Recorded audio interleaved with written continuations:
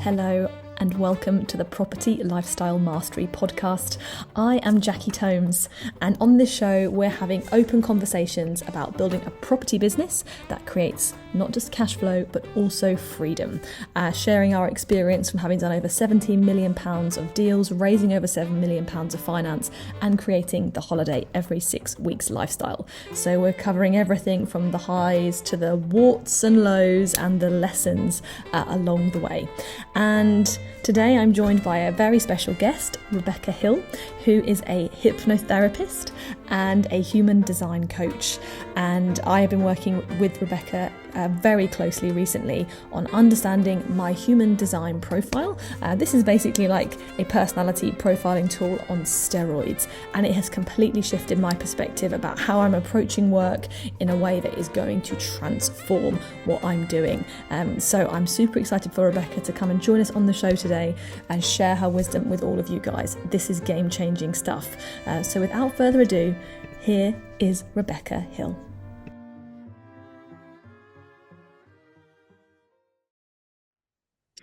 Hello, Rebecca. Hi, Jackie. Thank you for having me.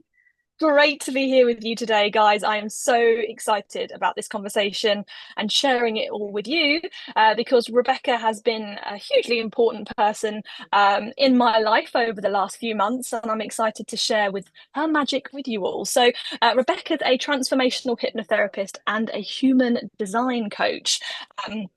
And human design is what we're going to be talking about today.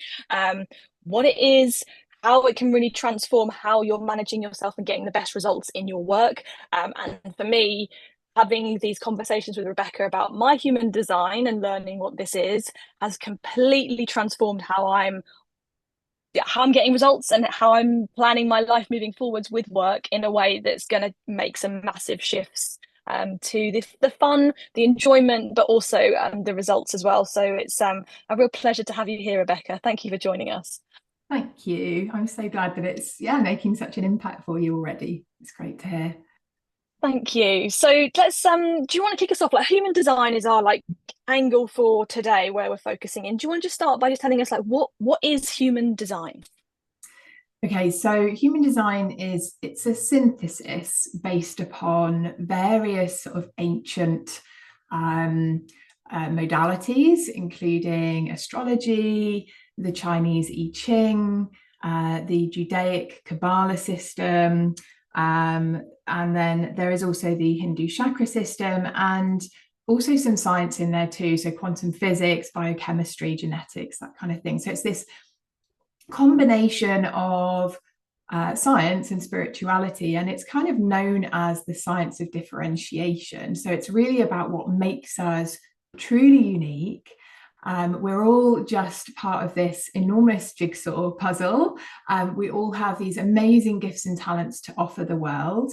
We each have our own very unique way of how we should be moving through the world and interacting with other people.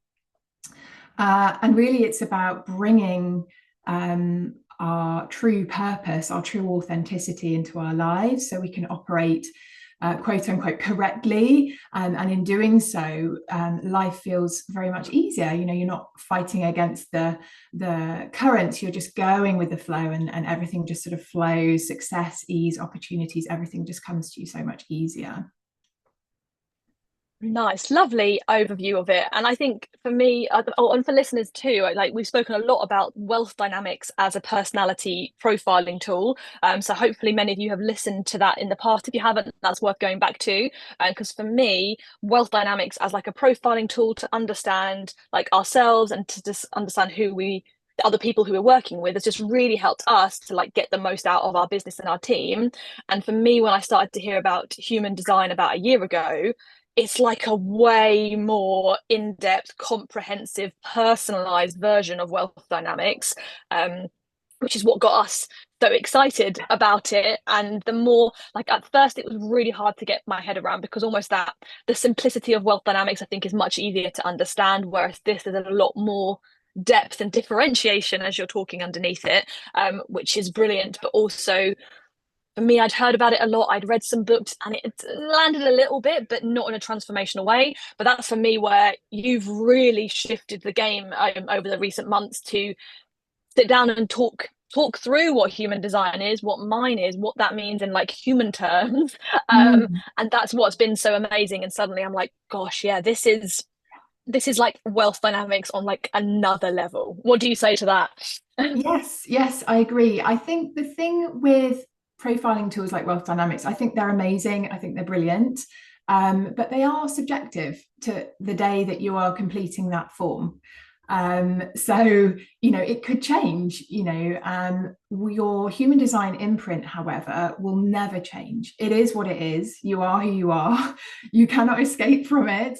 And so really it's a tool for self-awareness and self-acceptance. I think is the biggest thing around human design, is that self-acceptance. And so many people, myself included, when I first discovered human design, a bit like you, I kind of heard about it, thought, oh yeah, that's interesting, and then I just kind of left it for a while, and then it's all divine timing, of course. At some point it just landed, and I had my first reading, and like you, I just felt so seen, so validated, so understood at such a deep level. And of course, there are, when we go into sort of how the human design imprint happens when you're born, you are so unique. It is untrue. There are so many pieces that make up your human design chart that creates this body graph that you see that looks so simple, but underneath all of that, there are layers and layers and layers of complexities to who you are. But as with anything, it's like it's only complicated if you allow it to be complicated. You can really simplify human design and implement it in such an easy way by, as we'll probably come on to discussing, but by just following two things, which is your strategy and your authority. And this is really about how you move around the world, how you interact with other people, how you make decisions. And they're just two really simple shifts in your life that you can make, that will make a really big impact. So you don't need to understand the complexities, but that's the great thing again, is you can just start to get deeper and deeper. So it's kind of have your first reading, understand yourself at that surface level, your energy type, for example, and then you can start to go layers and layers and layers deeper into how really, really, truly unique we all are. Really nice. So if people are listening to this, because quite almost like you kind of want a visual to like maybe see as you're going through this, because you can kind of get like a free chart, can't you, online generally of what your like chart is, and then but really you need someone like yourself, Rebecca, to like really demystify it to get the maximum value out of it. But I think if people are wanting to just be able to look at their own chart as we're going through this conversation, how can they go about doing that? What would you suggest? Yeah, so I'd recommend for now, because I will be adding a chart formula into my website soon, but for now, I would definitely recommend going to mybodygraph.com, which is one of the approved websites. So you will find a whole sea of different places where you can learn about human design, but the official place to go is mybodygraph.com. And when you put in your details, so you'll need to put in your birth date, your birth time, and the time is very, very relevant, again, because going back to like that unique imprinting process, 1 minute can make a really big difference to how your chart looks. So your birth date, your birth time, and your birth location will create what's known as this body graph. And when you look at the body graph, what you'll see is kind of a load of kind of triangles and lines and numbers, and you'll just think, oh my God, like what does this mean? But essentially, the first place to look is your energy type. And your energy type is really your sort of entry point into human design. It's about your aura type, basically, how your aura operates, how it interacts with other people, and again, how you best will navigate through the world and to draw in those opportunities. So it's about cleaning out your aura of all the crap, basically, that doesn't need to be there because it's clogging up your energetic field. And when you release all of that stuff that shouldn't be there, naturally, the universe loves to fill avoid, and once you're clearing out that space, the correct stuff for you will come in. So reading your chart at surface level, it's about kind of looking at your energy type, understanding your strategy and your authority, and I'll mention that a lot because it really is the best, sort of first line entry advice with strategy and authority. So do you want to maybe start by just telling us what the different energy types are? And I think maybe it'd be great to know as you're going through and maybe explain some of the what you can expect from those energy types, and maybe put us all into the boxes, like me, you, Dom, and Dave, like who is what, and what can we learn about that? Yeah, definitely. So I think I'll rewind ever so slightly just to say that, when you are born, you do have this imprint of what's called this neutrino stream. And neutrinos are these subatomic particles that are created from stars. They're the breath of stars, basically. And they carry with them mass. And so, for example, when you're born, if a subatomic particle has traveled through Mars, for example, it carries with it this energetic imprint. And so when you're born, your genetics will have had this specific energetic imprint, which will create, as I said, your body graph and your energy type. So again, goes back to why it's so important that you get the exact time. And so a lot of people do ask me, oh, well, like, what if I don't know the exact time? You can often go back to kind of birth records. If you haven't got family members, you can ask. I actually used a pendulum to help kind of pinpoint. My mum knew it was around 3 p.m, but she didn't know the exact time. So I kind of used that. But it is really important to get that. So then you've imprinted with this energetic mass that's carried from these subatomic particles. And by the way, we are literally swimming in a sea of these particles all the time. Like there's 3 trillion move through our bodies at any particular time, every second. So we are subject not only at birth, but right now there's astrological imprinting that's going through us. All these transitory planetary changes, they do affect us at an energetic point of view. So going back to what you were saying about the energy types, there are 5, well, officially 4, but one is sort of subcategorized into 2 types. So we have manifestors, which is your type, Jackie. About 8% of people are manifestors, so quite a rare type. We have generators. We have manifesting generators. Both of those come under the same category of generators. We have projectors and we have reflectors. And so manifesting generators and generators are both about 35% of the population.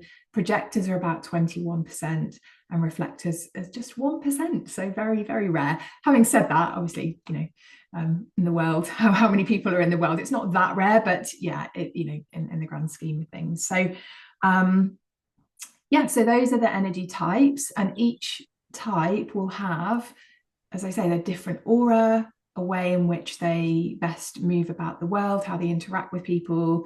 And then at a deeper level, you can look at your chart for things like how you best make decisions as well. So for you as a manifestor, it is about initiating. You are here to create impact. You're here to make the rest of us move, basically, to shake us all into action.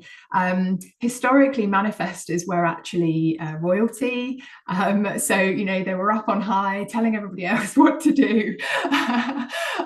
But of course now, manifestors can be used really for good, at receiving that, those downloads and initiating us into moving towards a force for good.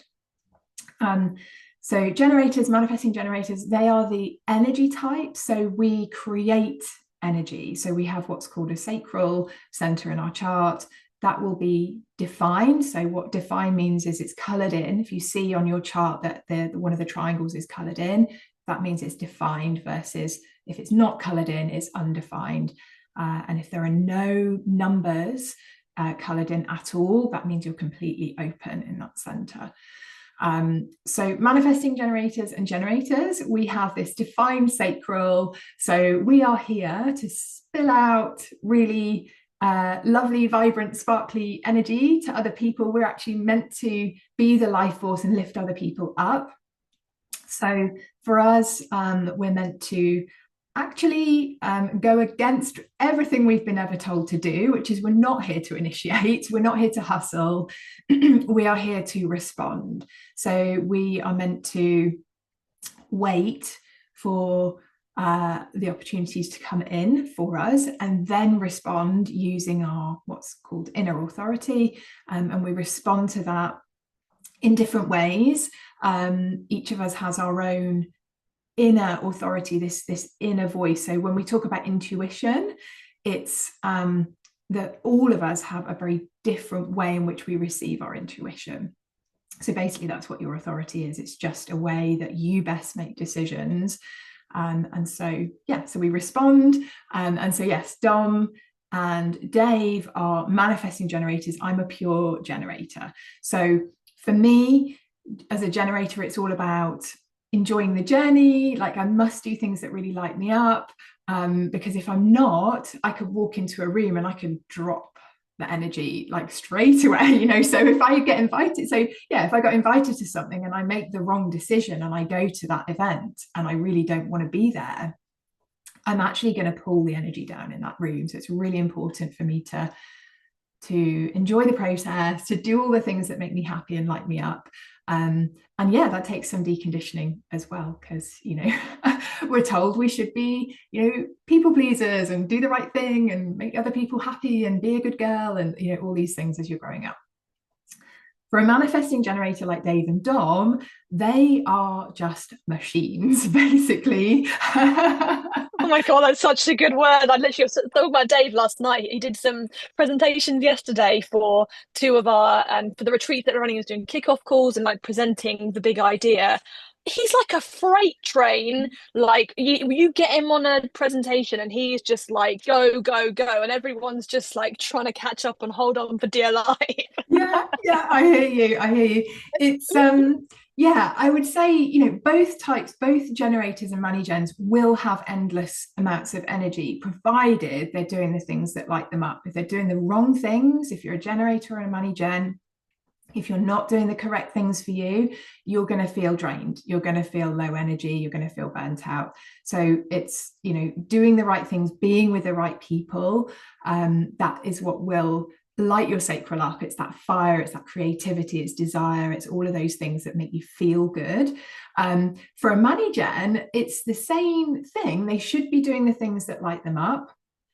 But money gens have this element of the manifestor energy as well. So they are a generator, but they've got the manifestor parts of the energy type in there as well. So they'll have a specific channel that links their sacral center to the throat center, basically. And what that means is that they can react to things. So they respond, so they wait to respond, but then they can initiate very, very quickly after that. They can manifest things very, very fast, manifesting generators.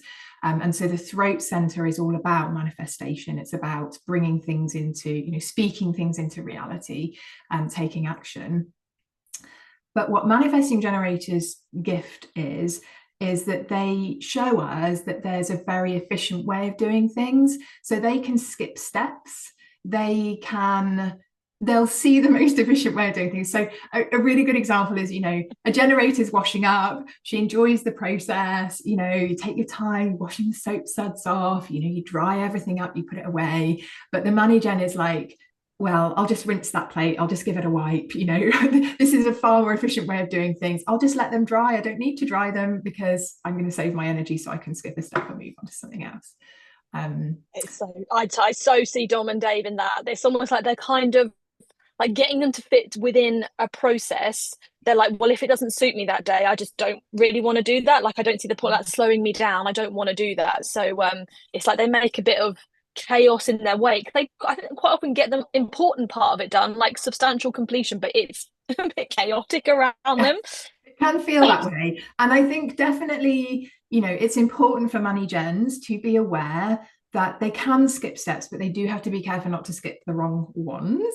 And so, and also they, you know, sometimes they do need to slow down just a bit, and really that's so that they can be aware, okay, I'm skipping this step. This is not a vital step that I'm missing here in the jigsaw puzzle. So yes, but yes, they are complete machines. They can, you know, work very efficiently. And again, you know, like a generator, they've got that sacral energy, so they can keep going for a long time if they need to, provided they're doing the correct things that make them lit up, you know, that activates that sacral center.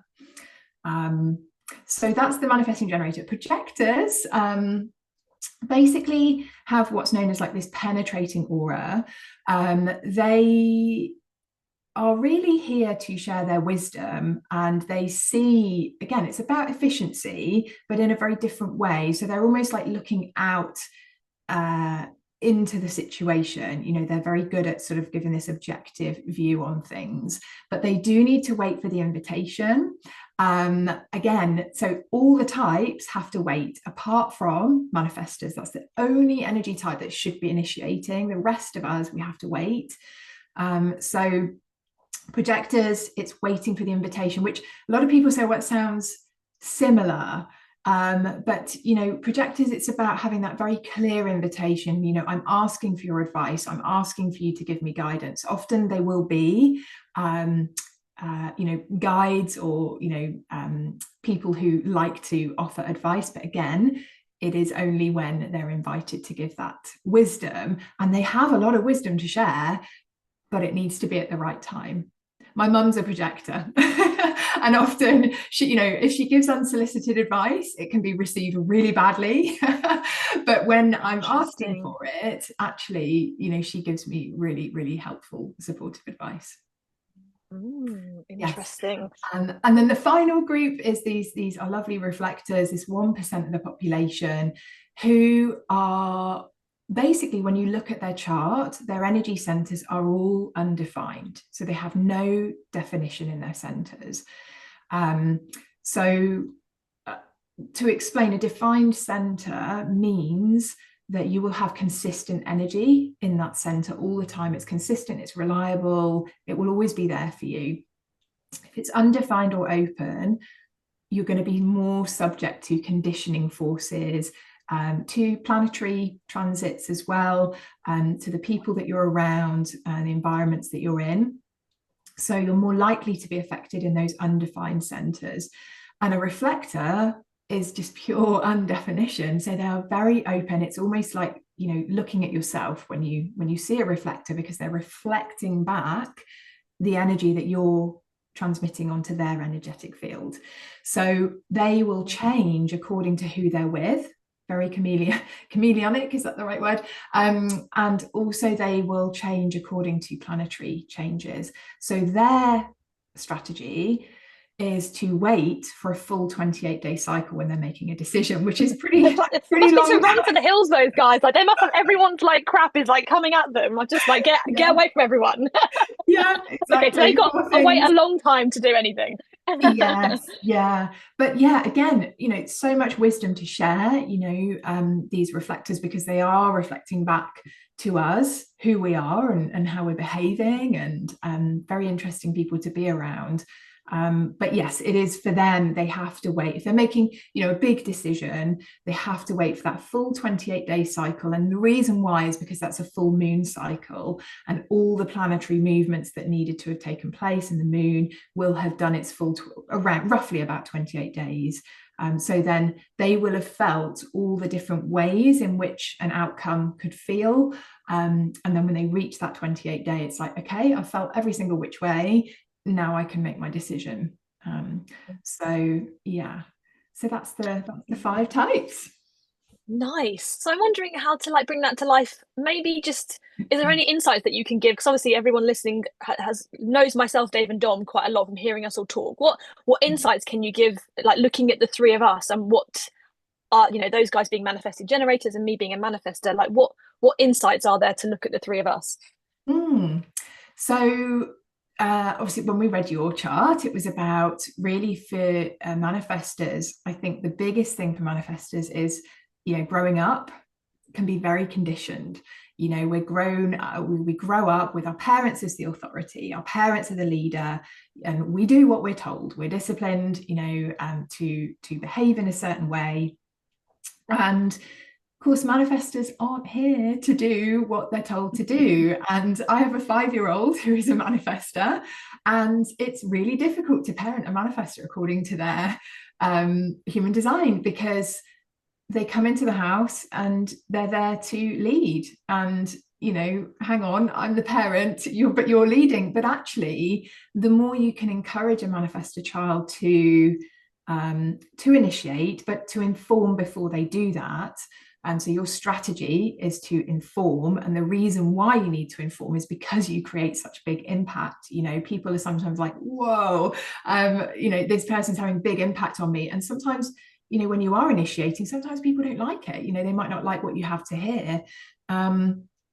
So it's about basically letting go of people-pleasing tendencies as a manifestor. It's about stepping into your true leadership state, because that is exactly what you're here to do, and be comfortable with, if the right people want to follow you, they will come, and the right people want to hear what you have to say.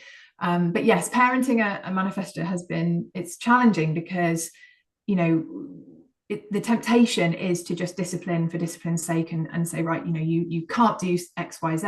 But what I try to do, so for anybody listening that has a manifested child, it's what I try and do is, of course, I'm not going to let him just eat a whole like £2 bag of sugary sweets or something like that, because I know that's not good for him. And of course he wants to do that. It's like, well, no, you can't do that, because that's not good for you. But then I will always explain, I'll back it up with why you can't do it. There's a reason why. And when you explain that to a manifestor child, it lands so much better. So it's about, as an adult manifestor, it's about really deconditioning all of that stuff from growing up. It's about letting go of all that discipline that you received, from your parents, from school, all the conditioning forces that are out there, that make you believe you have to be a people pleaser. So yeah, and obviously, it's about letting go of all of that sort of subconscious blocks and things like that, so that you can step into being that leader, that initiator, that informer.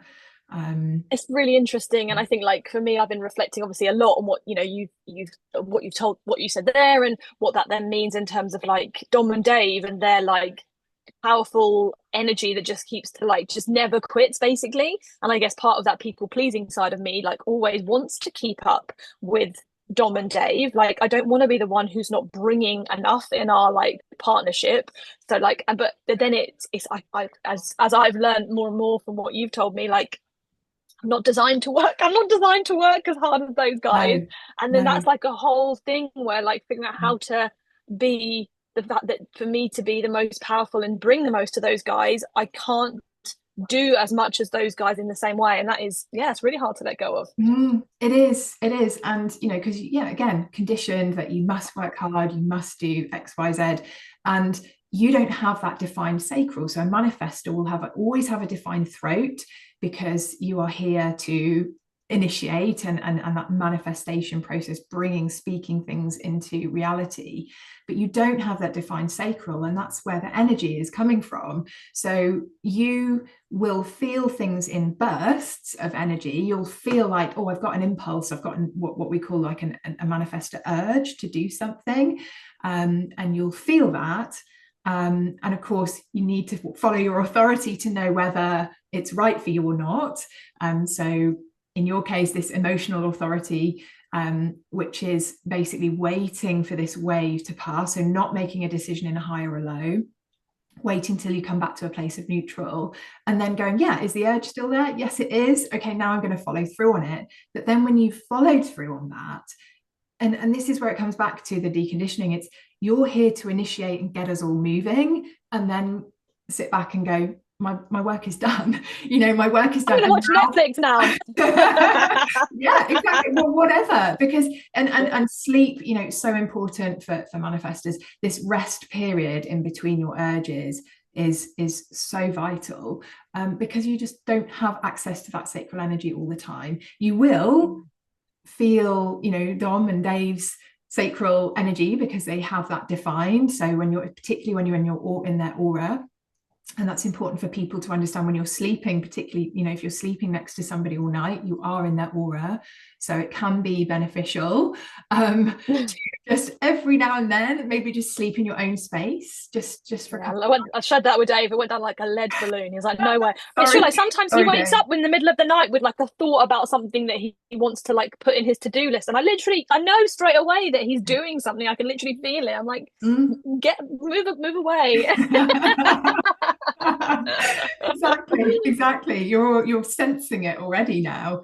But yes, so I think it's really important to recognize each other and sort of have that compassion for one another's energetic imprint, because you are different. And that's where human design gets really interesting, because you can really, as a first point, you need to understand your own energy. You've got to understand your own, because if you don't, then you can't understand then how it interacts with other people's. But where the dynamics start to get really interesting, it is in things like relationships and parenting, because you will be activated by other people's aura. So as I just said, you don't have the defined sacral center, but Dave does. And so when you're in his aura, you'll be like maybe feeling like, yeah, I've got loads of energy. But actually, it's understanding, like, is that your energy? Is that because you're working through an urge at the moment? Or is it just that you're in somebody else's aura? And the chances are that if you're not in an urge, you're going to come out of that aura and probably crash. Yeah, and just lots and lots of sleep. So yeah. So you touched on there the authority. Do you want to maybe use that just as a springboard to explain what are these different authorities and what do they mean? Yes, definitely. And I think this is such a key part, really, because life really is just a series of decision making. If you think about it, it really is just step by step decision making as you move through life. And it's about, reacting or in your case, initiating, but then making sure that decision is correct for you. And in making the most correct decisions, you will then, as we talked about the aura, you will clear out your aura, you'll make space. So when in saying no, for example, as a generator or a manifesting generator, by saying no to the things that aren't sort of lighting you up, making you feel good, you're actually making space for the good things to come through. And then you can use your inner authority to make a decision. So the concept in human design is that your mind is not for making decisions. We're all conditioned into thinking, well, you've got to really think this through and think before you, and yes, of course, there are always, aspects of logic to consider. But when you think back to, Neanderthal times, you being chased by a saber-toothed tiger, right? Your instincts, your intuition that tells you that there's something chasing after you, it's all in the body, and you react and you respond straight away. And if you're standing there just thinking through, oh, what do I need to do? Do I need to run over there? If you were thinking it through, you'd be dead, right? So the body is where all the wisdom is. That is the key concept for human design. It's that you're moving out of your mind, you're moving into your body to make the decision. And as I mentioned earlier, we've all got this, we've heard people talk about intuition, and that we've got this intuition, and how do we know what's right for us? Well, that's where human design kind of comes in, because everybody's got a slightly different way in which they feel whether something is right for them or not. So basically, the most important one to understand, because they have like a hierarchy as well, by the way. So somebody might look at their chart and they might go, oh, I've got more than one of those sort of defined. So your inner authority is determined by some of the energy centers that you'll see colored in on your chart, basically. And the first one is the solar plexus, and this is all about emotion. So again, how conditioned are we that you must never, never make a decision from your emotions and, how you feel, you must always think something through. It's all about this inner guidance that's guiding us, and actually your feelings about something as an emotional authority. So if you have that center defined, that is about making a decision based on how you feel about it. And so I think for me, I'm an emotional authority. It's been one of the biggest challenges. Classically, before I came into human design, and I hear this a lot from people with emotional authority, so you will have a wave, what's known as a wave of emotions, and there'll be a very high and there'll be a very low. So you might wake up on one day and feel super happy and like jumping out of bed and ready to start the day, and you have no particular reason why, you just feel it and you feel great and you're riding it and it's all good. And then on another day you might wake up for no particular reason and you might feel as low as hell, you just don't really want to engage with the world. And the problem with that is that if you make a decision when you're in a high, or you make a decision when you're in a low, then you're going to throw chaos, this ripple effect of chaos, out into the world. Because as an example, for me, I used to often say yes to things, invitations out, social events, things like that, and then it would come to the day and I'd be like, I really don't want to go. I really don't want to go. And then I'd be feeling like I was letting people down, and going back to the whole, showing up with the wrong energy, it's just all off. So emotional authorities, you need to come back to a place of neutral. So there is no decision in the now for you. Like there's no decision in the now. It can actually be quite an attractive thing, because, telling people that, oh, well, I'll come back to you, or let me sleep on it. People want to know. They want to know what your decision is, and so it is quite appealing, but it's very difficult because we live in a world where we know that people want instant responses. They want an email reply straight away. They want a text reply. But actually, for you, it's about giving yourself the space to really feel into this decision and response, and you will then come out with the very best decision that's right for you. So that's the emotional authority. Sacral is the gut. Oh, is you something to add, Jackie? Muted. Sorry, mute. I was just gonna say, it's so interesting, because once I start to learn more what this emotional authority means, I'm kind of like, I feel that most people that we work with are emotional, and at the moment we're actually gathering everyone's charts, who we mentor, to be able to look at everyone alongside each other. We're going to be focusing on it on our next retreat, and I think it's I imagine potentially the podcasters are people who are drawn to listen to this are potentially more likely to be emotional authorities as well. So is there like a percentage, would you say? Do you know what, like, how does it fall out with emotional authorities versus the other ones?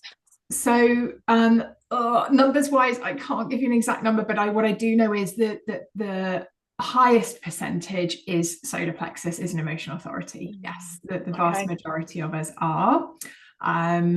So yes, we should be making decisions with our feelings. And when you look at the human design chart, you'll see that there's these 9 centers, and what sometimes confuses people is that when they look at the Hindu chakra system, there's only 7 chakras, and they go, okay, well, where did the other ones come from? And the others basically came from the fact that we needed direction and motivation, because we now have kind of jobs to do, and we're living in a world where we need some kind of direction and purpose. But also we're living in a world now where emotional intelligence is becoming just as important. So that EQ, is just as important, if not more important, especially as we're moving into a world of AI and, all this other technology, is just as important as IQ, is that emotional intelligence. So that center was developed really because it was to do with Uranus moving in 1781. Basically, we changed from 7-centered beings to 9-centered beings around that time. So I think okay, so there's a lot of emotional. Yeah, no, that was really interesting. Okay, so the emotional, there's a lot more of us are emotional than we realize, and actually, us all coming to love and accept this is going to make the world a much nicer place. Okay, so that's great. Yes, definitely. And then the others, so you've got the sacral, which is basically where you don't have the emotional center defined, but you've got your sacral defined. So of course that you've got to be a generator, a money gen, because otherwise you wouldn't have it defined. And that is about the gut, so you hear that a lot. People talk about, that gut feeling, that sort of feeling that you get when you know something is right or not for you. And so you will sense almost like a visceral pull towards something. You might even hear yourself going, ooh, or like you actually hear yourself coming out with these sounds. The more you can get in touch with that, the better, because we shut these parts down. We rely on our minds, but our minds are not here to make the decision. They're just here as an outer authority to almost guide one another. So your outer authority is almost guiding me, and vice versa. But when we come to make our own decisions, it's got to be from the body. So visceral pull, sacral sounds, if you really like something, if it feels good for you, it's a yes. But if you almost feel yourself pulling away, or you hear that like sound coming out of you, then it's not right for you. And then there are various and that's Dave. But like me and you are emotional. Dave is the non-emotional. Yes. Non-emotional. And what's Dom? Emotional. Yeah, I mean, I don't even know I need to ask that. Yeah, so poor Dave's getting, because the thing is, if you are undefined, you pick up the emotion and you can amplify it, and if you don't recognize that it's not yours, then you're taking that emotion and taking it as your own. So it's very important, if you're non-emotional, to be able to see that that's not your energy, and especially at the end of the day, it's almost like discharge that kind of through your feet or something, like visualize that that emotion, because it's actually not yours to carry. It's interesting with Dave. I feel like he's much more like a rock than I am, like much more solid and consistent emotionally, whereas I'm much more up and down.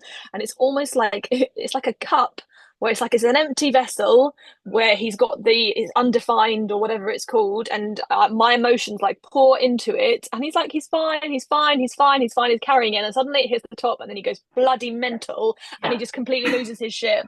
So yeah, that sounds like that's probably why. That is basically it. Yeah, exactly, because they are very stable. They don't have that emotional wave.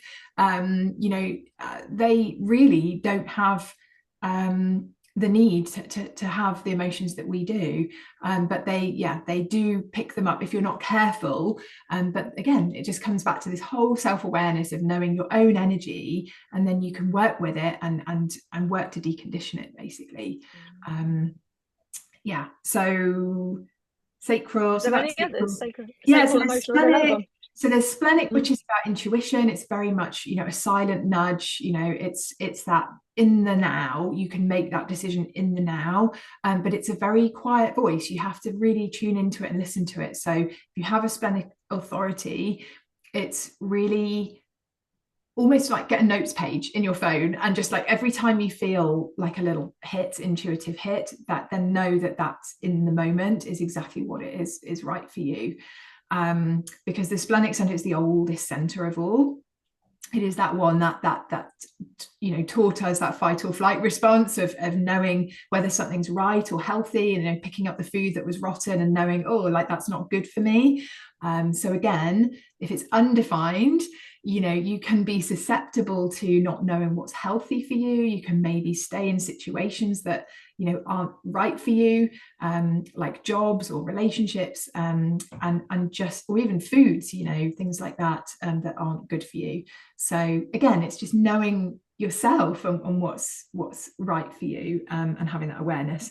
And then there are various others. There's ego manifested, self-projected, ego projected, and they're all driven by the energy of that particular center. So ego center is about motivation and having the resources to make that decision. And again, we've talked about the ego center being defined or undefined. If it's defined, you're going to have consistent motivation. I think for business owners, it's a really interesting one, because only 30% of people have that one defined. So 70% will be undefined. And what that means is that it's okay for your motivation to come and go. It's totally fine. You can't put that pressure on yourself to feel motivated all the time. The moments of magic are going to happen for you when you just allow yourself to feel, okay, I'm not motivated right at the moment. I'm going to give myself some self-care, and that's when the moments are going to come in for you. But you can borrow, like I said, you can borrow people's energy. So if you don't feel motivated, go and be with somebody that's, you know, the right people, of course, that has that center defined, and you can borrow it, you know, for some motivation. Or for example, I've got an open head center, and so it's completely open. I have no gates defined. It means that I find it really difficult to get my own inspiration. I need to be around other people in order to feel inspired. So sit in a coffee shop, you know, there's loads of different things you can do to work with the energy that you have. There's no good or bad. I think that's really important, you know, with the definition, the undefinition, there is absolutely no good or bad. Every single chart is unique. Every single person has something unique to bring, and that's what I love about it. It's this amazing jigsaw puzzle that, you know, you're an amazing human, I'm an amazing human. I'm not going to compare myself to you because you're amazing, but I'm also amazing. And actually, when the puzzle all comes together, it gives me chills when I talk about it, but when it all comes together, if everybody was just following, you know, who they came here to be, how magical it would be. Yeah. Oh yeah, you're right. I agree. I'm so excited to see how everyone just has more energy and more flow and more enjoyment when they're really living by it. I'm excited to watch that unfold as I'm starting to see it for me, and with Dave and Dom as well. And I'm excited to watch everyone that we, you know, liberate towards this with our clients as well over the coming weeks to see how they respond. So we've done energy types. So the energy type is manifester, manifesting generator, reflector, projector. Then there is authority, which is emotional, splenic, sacral, and ego. And then you've got self-projected, which is the G center, which is about direction, identity. And for them, they just need to talk out loud. It's not even necessarily getting advice, but it's, you know, having a coach, for example, is a really great thing for somebody self-projected, because they can just sit, they can hear themselves talk out loud, and instantly they'll know what the right decision for them is. But if you're just sitting there wallowing in it and not, you know, sitting there wondering, and again going back to your mind and using your mind to try and make a decision, you're never going to reach the right decision. So for you, you know, talking it out with a partner, with a coach, just saying it out loud will activate something in you that will know your intuitive hit will come through sharing what it is you're going through. And then ego projected, and of course not forgetting the reflectors, you know, who have no definition in their chart. So it's like, okay, well, how do they make decisions? Well, for them, it's going to be based on their environment. And again, the moon, we spoke about the moon, they've got to wait for that 28-day cycle to pass, so that then they've felt all the different ways. Wow. You know? And that's tough, right? Because you've got a long time to wait. But the amazing thing is that, again, it's about attracting the most amazing opportunities into your life, and in doing that, you know, that 28-day cycle and keeping everything clear for the best things to come into your life, that's when the magic happens. Really nice. Okay, and then would you want to talk about strategy then? That's the last sort of key big area to sort of get your head around at first, right? Yeah, so strategy, and I think it's important. I don't know if I mentioned earlier, but we have what's called our true self and our not self. So you will have certain ways in which you feel, where you know whether you're in alignment or whether you're not self, which is, again, where we're trying to paddle upstream. Everything feels difficult, opportunities aren't coming, things just feel they just feel like a struggle. When you're in flow and you're in alignment, that is when you're in your true self. So when you're in your not self, it's not the universe punishing you, it's just that you need to maybe just go back and just become self-aware again, you know, look at your chart. Where am I out of alignment? Where am I behaving in a way that, you know, particularly with my strategy and authority? So the strategy is really how you interact. So for a manifestor, as I've explained, it's about impact, you know, and sometimes manifestors don't realize actually how much impact that they have, because you're in your own world, and your aura goes almost goes inwards. So, you know, it's a very powerful energy type, and so you can really create huge impact from the decisions and the initiations that you make. And so for you, your strategy is to inform. So informing, what that does, I think I used this explanation to you before, but it's kind of like you are driving in the car, you're going down the road, you're driving along, somebody walks out, and your job is not to put your foot on the gas, on the brake. Your job is to hit the horn and say, like, I'm coming anyway, you know, you need to get out the way, or you're going to come along for the ride with me. And if they're not, then they're not your people anyway. So it's about softening the blow of the impact. It's kind of letting people know, hey, this is what I'm going to do, before you do it, basically. The generators, it's about responding. So we talked about kind of waiting to respond. So that is their strategy through life. It's to wait for those opportunities to come, and then use your authority to decide, is it right for you or not? Manifesting generators, again, it's to respond, because you've got that sacral definition, but then you can initiate. So you can respond and then initiate, because you've got both sort of manifestor and generator traits. The projector, it's waiting for the invitation. As we mentioned, it's like really, you know, not jumping in, trying to give unsolicited advice, because people will not want to hear it. Like, if you're going to jump in and say, hey, I think you should do X, Y, Z, it's really difficult for projectors, but they do need to sit back and wait to share their wisdom, because when they do, you will very much feel recognized. It's about, they want to feel recognized. They desperately want to feel recognized, projectors, but it's about waiting for the right time to share. And then the reflectors, as we've said, that strategy is wait for 28 days, wait that full moon cycle, feel all the different ways in which something could feel, and then use your authority to decide. So those are the strategies. So for a manifestor, if you are your true self, you will feel peace, you'll feel calm. When you're your not self, you will feel anger. Angry. Yeah, definitely. Dave calls me an angry bird. You know, that little stupid phone game in the slingshot. He's like, you and your slingshot now, Jackie.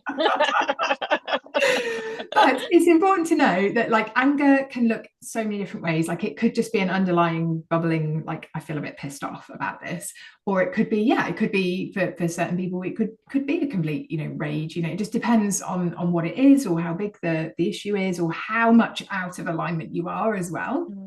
I think it's interesting though, that, like, because for as I'm understanding it, I'm not designed to respond to people. So when people like ask things of me, or expect me to do things, or want to give me feedback about how something changes, like, that angers the bull, basically. And that's probably in meetings when, like, I'm sitting with like Dave and Dom, and it's like, so and so said that we should do this. I'm like, yeah, because in your mind there's probably that conditioned part of you that maybe thinks, well, hang on, don't be giving me work to do, because actually I'm just here to initiate. So and it is going to trigger you. It is, undoubtedly. So that's manifested. So MGs and generators will feel, when they're their true self, they will feel satisfaction. They'll feel really good about what they're doing. They feel like they're doing a good job. They'll feel in flow. They'll feel happy, enjoyment.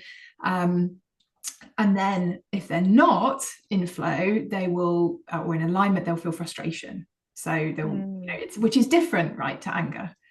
Yes, it is. It's interesting with Dave. I think, like, he sometimes he just works a very, very long time, which obviously he has the capacity to do, and he's basically waiting to get enough, like, he's enjoying what he's doing, and he gets satisfaction from getting his work to a certain point. But if he hasn't got stuff to a certain point that he wanted to, then he does feel frustrated, and he doesn't really want to stop until he's got to that satisfaction. Absolutely. And if somebody's interrupting your flow, you know, as a generator and MG, it can be really frustrating. Definitely.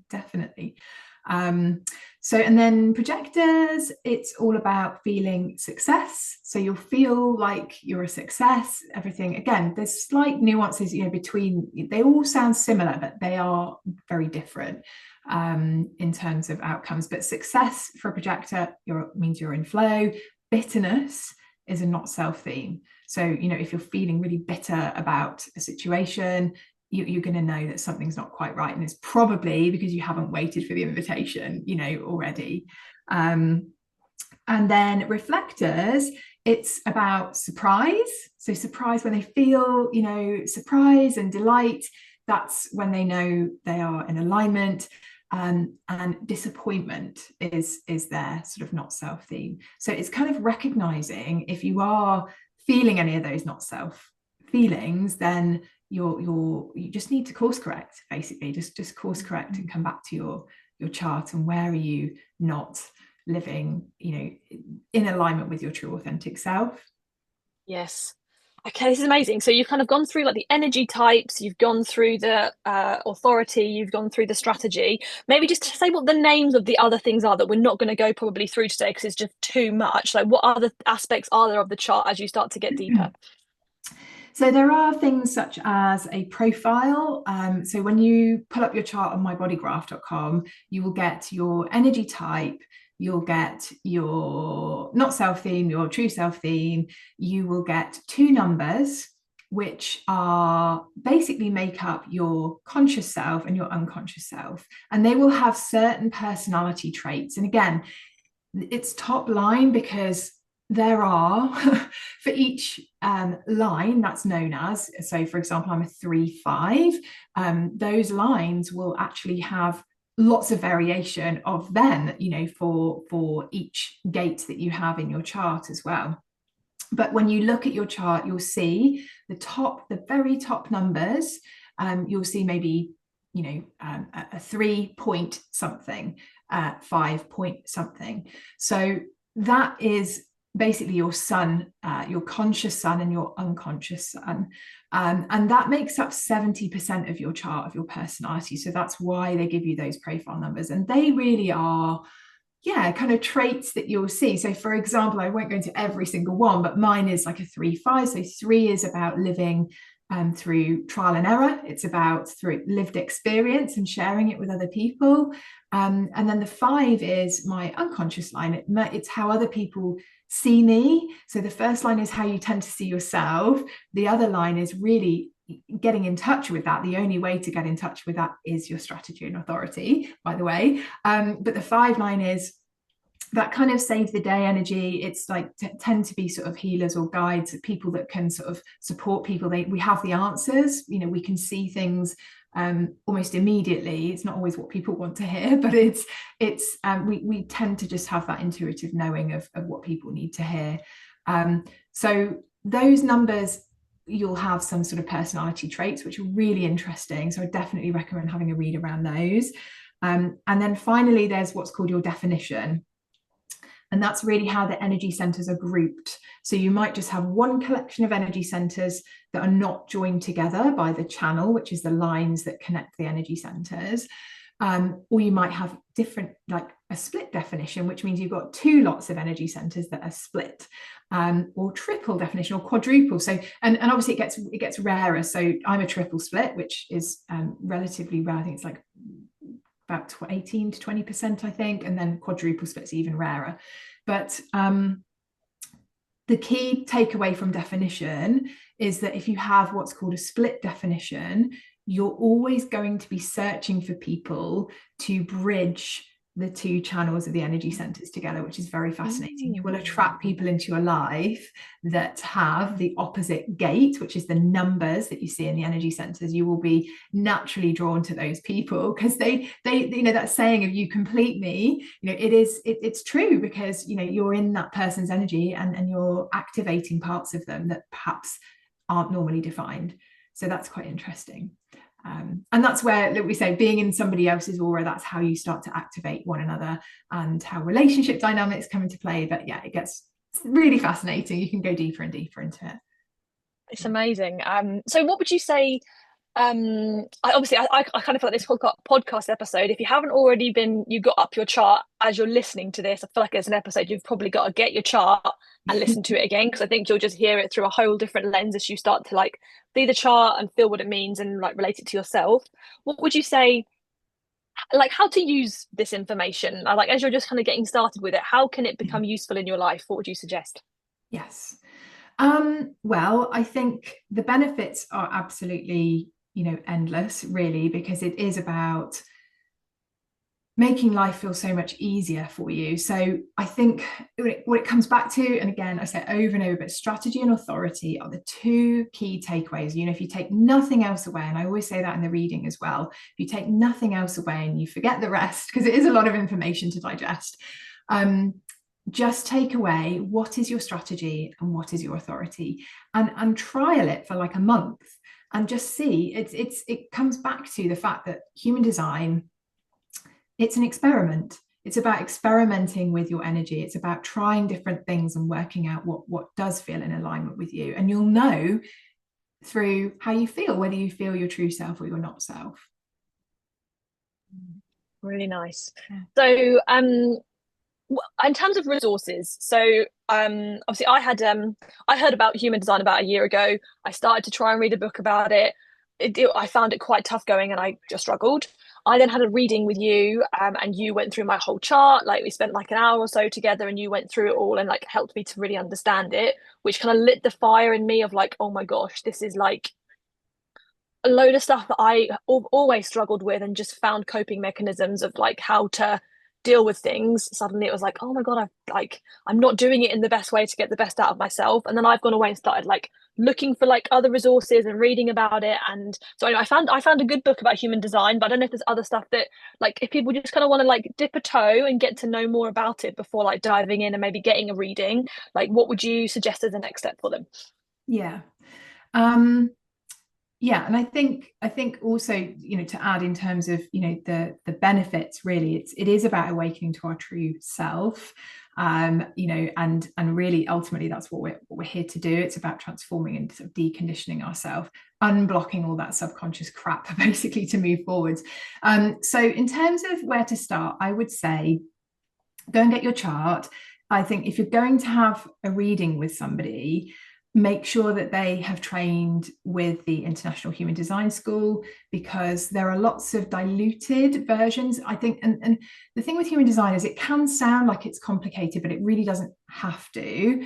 I think the founder, Ra Uru, I think, some of the words that they use and the way in which they describe it, they're very specific. They don't want the language to get, it's like a language really, and they don't want it diluting. But I think provided you've got somebody that's trained with the International Human Design School, that you're getting the purest form of that information. It's not been diluted or changed. But what you'll find is that those people can actually read that information in a way that's easier to understand. And like I said, it doesn't need to be really complicated. You could, there is a nice app that you could download. Her name's Jenna Zoe. She's quite nice to follow on Instagram. And she's really good, again, at sort of making it, just that easier way to understand, making it applicable to day-to-day life. She's also very good at reminding us that, every day is a gift, and, the amazing tapestry of life that's there. She underpins a lot of the Kabbalah principles, which are also in part of human design. So she's got a nice app, and that gives you quite a nice explanation. There's a subscription for that if you really want to go a bit deeper. And then, if you want somebody to read your chart, then you need to just probably just book a first reading with somebody and have them explain it to you. Awesome. So there's no books or anything like that you would suggest, so like in its purest form, is that what you're saying? Well, there is a book called it's basically the Ra Uru book, which is the human design, the definitive human design book, The Science of Differentiation. The thing with that book is it's very wordy, heavy going. It is heavy going. So I think unless you're wanting to get really deep into it, I think it's that I so far haven't come across any books that express in the undiluted form, but have found a way to explain it clearly, if that makes sense. And so I definitely would recommend that app, Jenna Zoe's app. It's called My Human Design. That's a really useful resource. Okay, cool. That's great. Is there anything else that you wanted to cover about human design today that I've not asked you about? I think we've covered everything. I mean, there's so much more, of course, you know, like literally that's just the beginning. I think it's important to understand that you will not decondition overnight. I think that's also really important. You cannot suddenly just jump into this, you know, identity immediately. The deconditioning process supposedly takes 7 years, and that's to do with the way our cells, so the cells in our body, of course, were imprinted with that energetic imprint from those neutrinos. And so for new cells to be reborn and for our whole body to change, you may have heard that before, but for our whole body cells to have replaced themselves, it takes 7 years. So that's what they believe the deconditioning process takes on average, about 7 years. So it's not, it's like everything in life, you know, it's a journey, not a destination. Like, enjoy it, embody it, and just see and feel the benefits, you know, in your work, in your business, in your life, with your relationships, with your children, and it will just improve your life, you know, no end. It's amazing. It's really been amazing for me. Amazing. Thank you so much. And I think we'll have you back on the podcast, because I want to share more about what you also do with hypnotherapy, transformational hypnotherapy, which I've also worked on with you and has been amazing. So we'll have another session to talk through that. But yeah, from my perspective, if you're kind of looking at this and thinking it's interesting to explore further, I'd really recommend doing a reading with you. It's really changed my whole view on myself and things that I've never been able to understand. So so thank you for everything that you've done to help me. And I'm looking forward to seeing how you can support and help others in property moving forward too. So thank you, Rebecca. You're so welcome. Thanks, Jackie. Wow. Amazing conversation. I really hope you have enjoyed listening to that. If you want to connect with Rebecca off the back of today's conversation, then her website is alignedinsights.co.uk, and Rebecca's Instagram and LinkedIn profiles are linked in the show notes. If you haven't already got a copy of your human design chart, then you need to go to www.mybodygraph.com with your date, time and location of birth to be able to get a copy of that, and well worth a re-listen off the back of it if you haven't already. So this time next week, you'll be joined by myself, and I'm going to be sharing some of the insights that have come in more strongly for me using the human design tool, and some of the deep insights that have come out for me over the last couple of months off the back of the work with Rebecca. So quite a deep conversation actually just with me next week. So until then, have a great week ahead. Loads of love.